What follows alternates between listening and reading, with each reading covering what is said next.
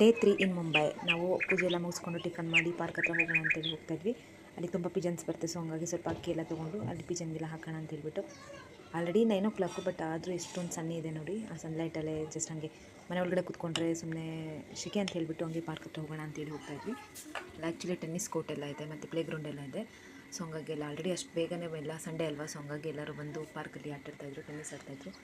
ನಾನು ಜಸ್ಟ್ ಹಾಗೆ ಗ್ರಾಸ್ ಇತ್ತು ಸ್ವಲ್ಪ, ಹಾಗಾಗಿ ಬರೀ ಕಾಲಲ್ಲಿ ತಿರುಗಾಡಿದ್ರೆ ತುಂಬ ಒಳ್ಳೆಯದು ಅಂತ ಕೇಳ್ಪಟ್ಟಿದ್ದೀನಿ. ಸೊ ಹಂಗಾಗಿ ಸ್ವಲ್ಪ ಹಂಗೆ ವಾಕ್ ಮಾಡಿಕೊಂಡು ತಿರುಗಾಡ್ಕೊಂಡು ಹಾಗೆ ಪ್ಲೇ ಗ್ರೌಂಡಲ್ಲಿ ನನ್ನ ಮಗಳನ್ನ ಆಟಾಡಿಸ್ಕೊಂಡು ಹಾಗೆಯೇ ಹೋಗಿ ತಿರುಗಾಡ್ಕೊಂಡು ಬರೋಣ ಅಂಥೇಳಿ ಹೋಗಿದ್ದೆ. ಮತ್ತು ಅದೇ ಪಕ್ಕದಲ್ಲಿ ಇನ್ನೊಂದು ಕ್ರಿಕೆಟ್ ಆಡ್ತಿದ್ರಲ್ಲ ಗ್ರೌಂಡ್ ಇತ್ತು, ಅಲ್ಲಿಗೆ ಹೋದ್ವಿ. ಅಲ್ಲಿ ತುಂಬ ಪಿಜನ್ಸ್ ಎಲ್ಲ ಇತ್ತು, ಅಲ್ಲಿಗೆ ಅಕ್ಕಿ ಎಲ್ಲ ಹಾಕೋಣ ಅಂತ ಹೇಳಿಬಿಟ್ಟು ಅಕ್ಕಿ ಹಾಕ್ಕೊಂಡು ಹಂಗೇ ವಾಕ್ ಮಾಡಿಕೊಂಡು ಗ್ರಾಸ್ ಎಲ್ಲ ಇತ್ತು.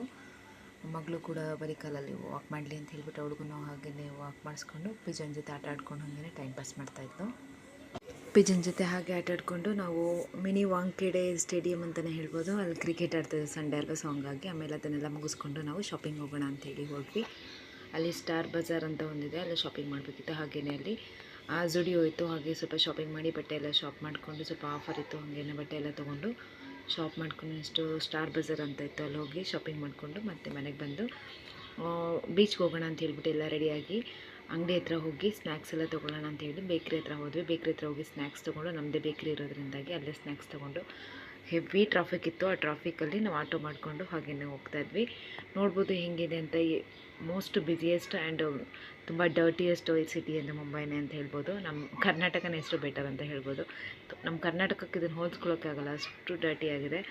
ತುಂಬ ಚಿಕ್ಕ ಚಿಕ್ಕ ಗಲ್ಲಿಗಳಾದ್ರೂ ತುಂಬ ಅಷ್ಟೇ ಜನನೂ ಕೂಡ ಜಾಸ್ತಿ ಇರ್ತಾರೆ. ಮತ್ತು ಚಿಕ್ಕ ಚಿಕ್ಕ ಬಿಲ್ಡಿಂಗ್ಸ್ ಆಗಲಿ, ಚಿಕ್ಕ ಚಿಕ್ಕ ಅಂಗಡಿಗಳಾಗಲಿ ಎಲ್ಲ ಪ್ರತಿಯೊಂದು ಹಾಗೆ ಇರುತ್ತೆ. ಹೆವಿ ಕ್ರೌಡ್ ಇತ್ತು ಮಾತ್ರ. ಇವತ್ತು ಸಂಡೇ ಅಲ್ವಾ, ಸೊ ಹಂಗಾಗಿ ಸನ್ಸೆಟ್ ನೋಡೋಕ್ಕೆ ತುಂಬ ಜನ ಬಂದಿದ್ದರು. ಅಲ್ಲಿ 7 o'clock ಆದರೂ ಕೂಡ ಸೆಟ್ ಆಗಿರಲಿಲ್ಲ, ಅಷ್ಟು ಸನ್ಲೈಟ್ ಇತ್ತು. ಎಷ್ಟು ಡರ್ಟಿಯಾಗಿತ್ತು ವಾಟರ್ ಅಂತ ಹೇಳಿದ್ರೆ, ನಮ್ಮ ಮ್ಯಾಂಗ್ಳೂರಲ್ಲಿ ಇರುತ್ತಲ್ಲ ಆ ಥರ ವಾಟರ್ ಅಲ್ವೇ ಅಲ್ಲ. ನಾವು ಆ್ಯಕ್ಚುಲಿ ಆಟಾಡೋಣ ತುಂಬ ಚೆನ್ನಾಗಿ ಅಂತ ಹೋಗಿದ್ದು, ಬಟ್ ಆ ವಾಟರ್ ನೋಡಿಬಿಟ್ರೆ ಯಪ್ಪ ಬೇಡಪ್ಪ ನೀರಿಗೆ ಇಳಿದು ಬೇಡ ಅನಿಸ್ತಿತ್ತು, ಅಷ್ಟು ಡರ್ಟಿಯಾಗಿತ್ತು. ಮಕ್ಕಳು ಹಾಗೆ ಸ್ಯಾಂಡಲ್ ಆಟಾಡ್ಕೊಂಡಿದ್ರು, ಸ್ಯಾಂಡಲ್ ಸೆಟ್ ಎಲ್ಲ ತೊಗೊಂಡೋಗಿದ್ವಿ. ಅಲ್ಲೇ ಆಟಾಡ್ಕೊಂಡು ಸನ್ಸೆಟ್ ನೋಡ್ಕೊಂಡು ಅಂತ ಹೇಳ್ಬಿಟ್ಟು ಹೋಗಿದ್ದು.